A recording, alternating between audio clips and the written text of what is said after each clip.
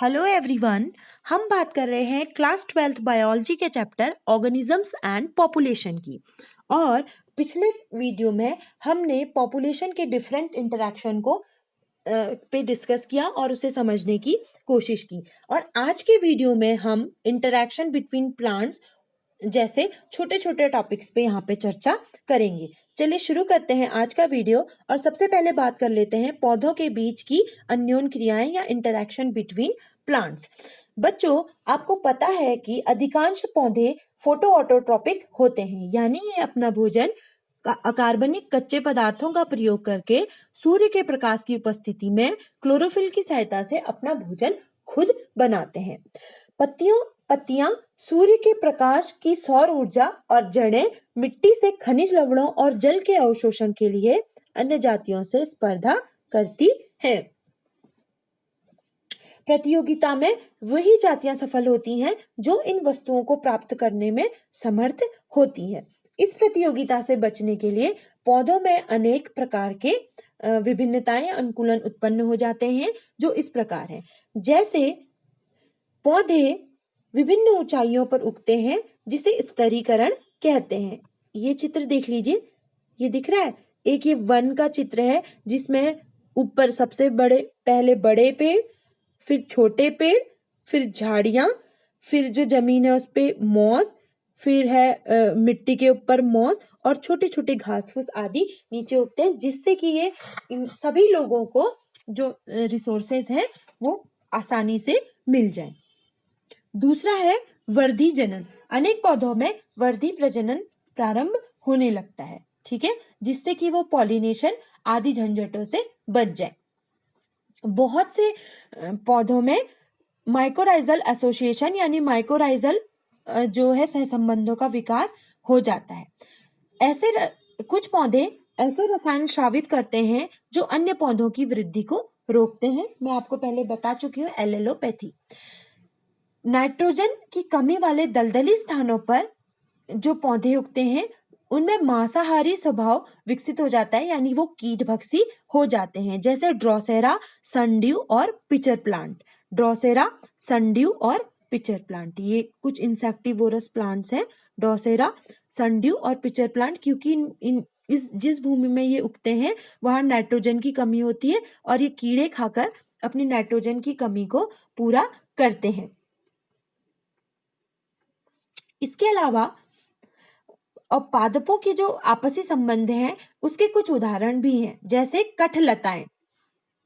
ये काष्ठी और अवरोही होते हैं। ये घने ट्रॉपिकल वनों में पाए जाते हैं। ये पेड़ों के ऊपर चढ़कर, क्योंकि वो जंगल इतने घने होते हैं कि वहां अंदर तक सूरज का प्रकाश नहीं पहुंचता है, सूरज की ऊर्जा नहीं पहुंचती है, तो ये क्या करते हैं, पेड़ों के ऊपर चढ़कर वहां से प्रकाश लेते हैं, जैसे टीनोस्पोरा, एंटाडा और बेहुरिया, ठीक है, बोहेनिया, ठीक है। ये कुछ कठलताओं के एग्जाम्पल हैं। कठलताएं मैं दिखाती हूँ, ये कठलताएं हैं, दिख रही हैं आपको। ये पेड़ है, ये पेड़ों के ऊपर चढ़ी हुई हैं और वहां तक जाएंगी जहां तक इनको सूरज का प्रकाश अच्छे तरीके से मिल जाता है, ठीक है। ये कठलताएं हैं। अब हम बात करते हैं अधिपादपों की, यानी इपिफाइट्स की बात करते हैं। पौधे के तनों और शाखाओं पर ये उगते हैं, सिर्फ उगते हैं सहारा लेने के लिए, ये उनसे भोजन प्राप्त नहीं करते। ये ट्रॉपिकल वर्षा वनों में पाए जाते हैं। वेंडा इसका कॉमन एग्जाम्पल है, वेंडा। बहुत सारे फर्न्स और मॉस भी अधिपादपी लक्षण दिखाते हैं, ठीक है।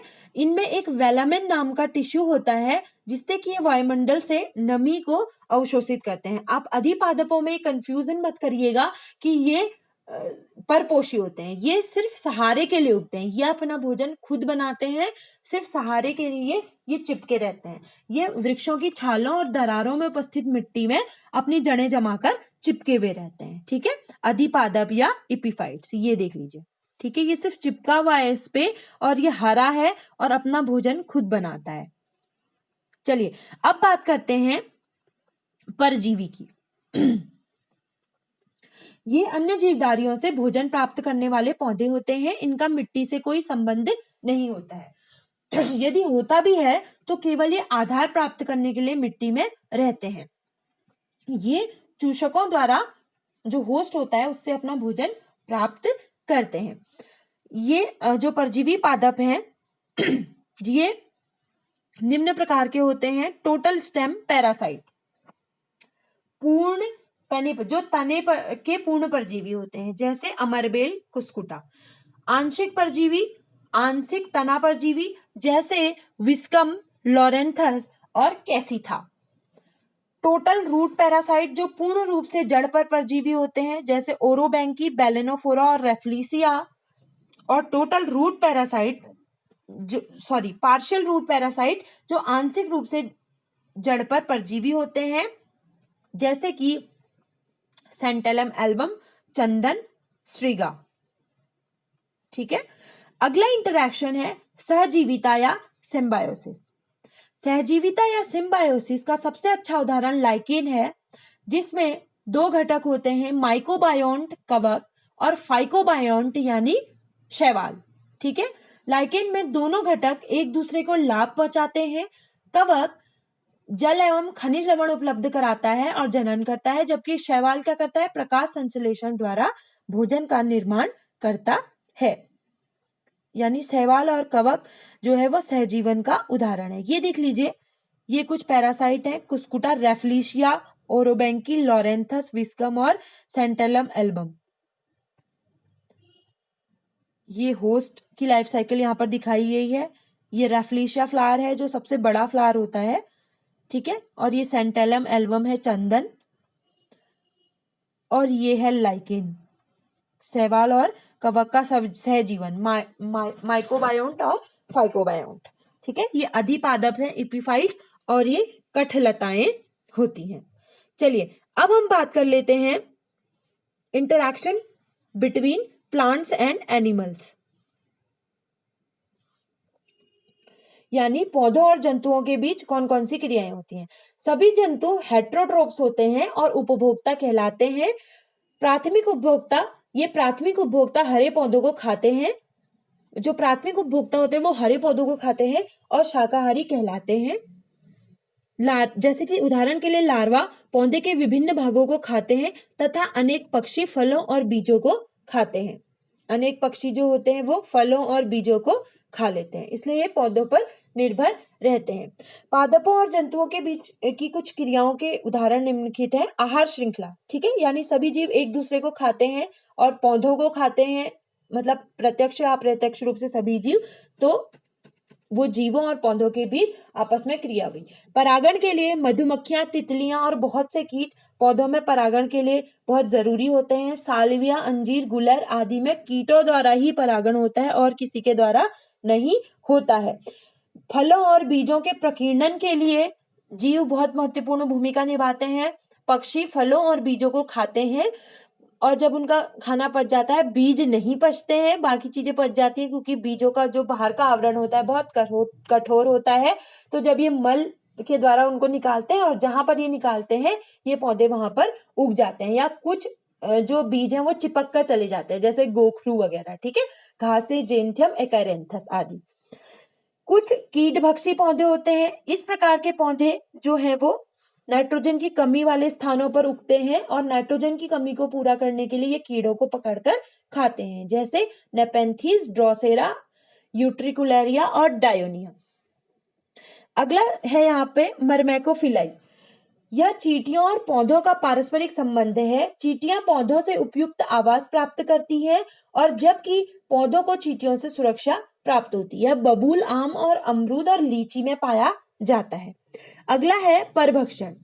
यह जंतुओं की दो जातियों के बीच प्रत्यक्ष संबंध है। इसमें एक शिकारी दूसरे का शिकार करता है, जैसे चीता हिरन का शिकार करता है और हिरन क्या करता है, सीधे ही पौधों को खाता है। ठीक है। ग्रेजिंग। अगला है ग्रेजिंग या चारण। चारण भी परभक्षण का ही एक रूप है, जिसमें शाकाहारी जंतु घासों, झाड़ियों और वृक्षों को चरते हैं।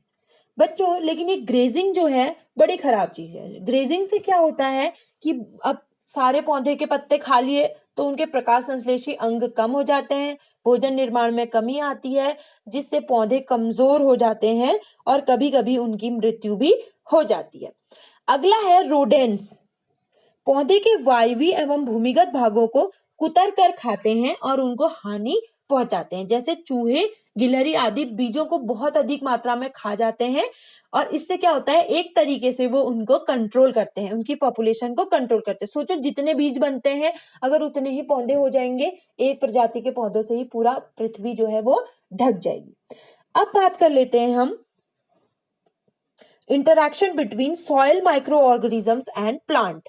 सूक्ष्म जीवों जैसे जीवाणु, कवक आदि पौधों के लिए लाभदायक होते हैं, जैसे सिम्बायोटिक नाइट्रोजन फिक्सेशन।